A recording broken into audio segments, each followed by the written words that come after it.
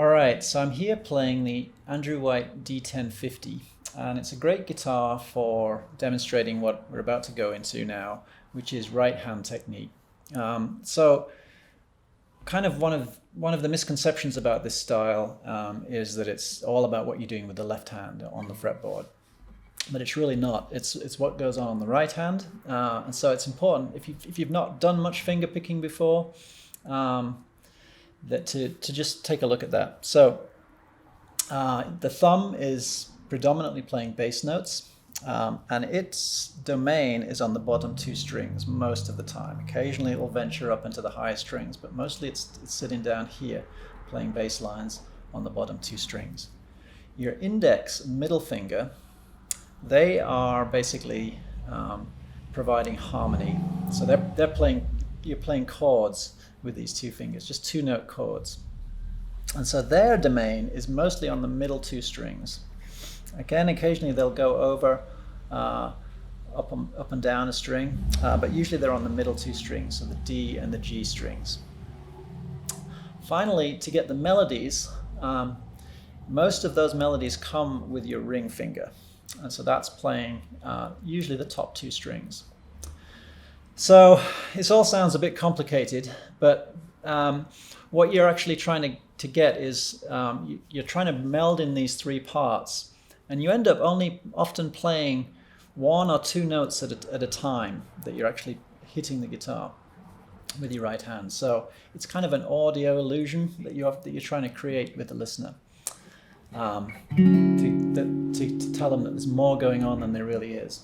So just to get into this, you want to just pick a chord. So this is a nice sort of jazzy chord. It's what is it? It's a D. I don't even know what they're called. It's a D major sixth chord. So you're playing a D here, an F sharp, a C, and an E. And I'm playing on the middle four strings of the guitar. Now, just to get it started, you want to just get started with a bass line. You just want to take that bass note, that D, and then you can move your index finger over and play the A, which is the fifth of that.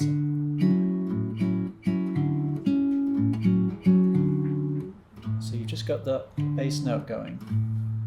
And when you're accompanying, you can just start playing little two-note chords. So those two fingers in the middle there, playing the chord, the F sharp and the C. So I'm playing kind of a bossa nova rhythm. This is 1, 2, 3, 4. 1, 2, 3, 4. So you get that going, and you don't have to hit both of the two index and middle fingers at the same time. You can alternate them, just play one or both, and just kind of experiment with that. What you want to do is keep the thumb going so that it just becomes such an automatic thing, and you literally have to do this for hours and hours. But you don't have to stick on the same chord. You can change things around. It works really nice if you pick a chord where the root is on the A string. So you could pick one down here, very similar chord, and you can just go back and forth like that. So you're not trying to do too much with the left hand, you're just trying to concentrate on the right hand. Or you can play a diminished chord.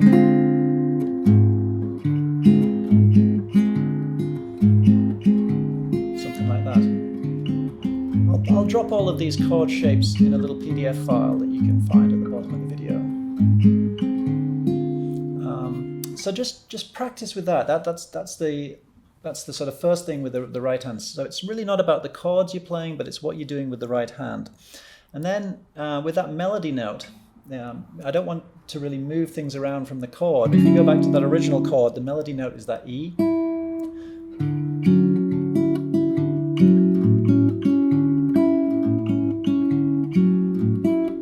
Just a really simple melody with one note.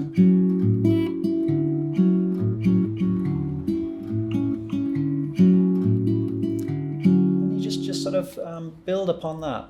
So that's the elements of the right hand technique.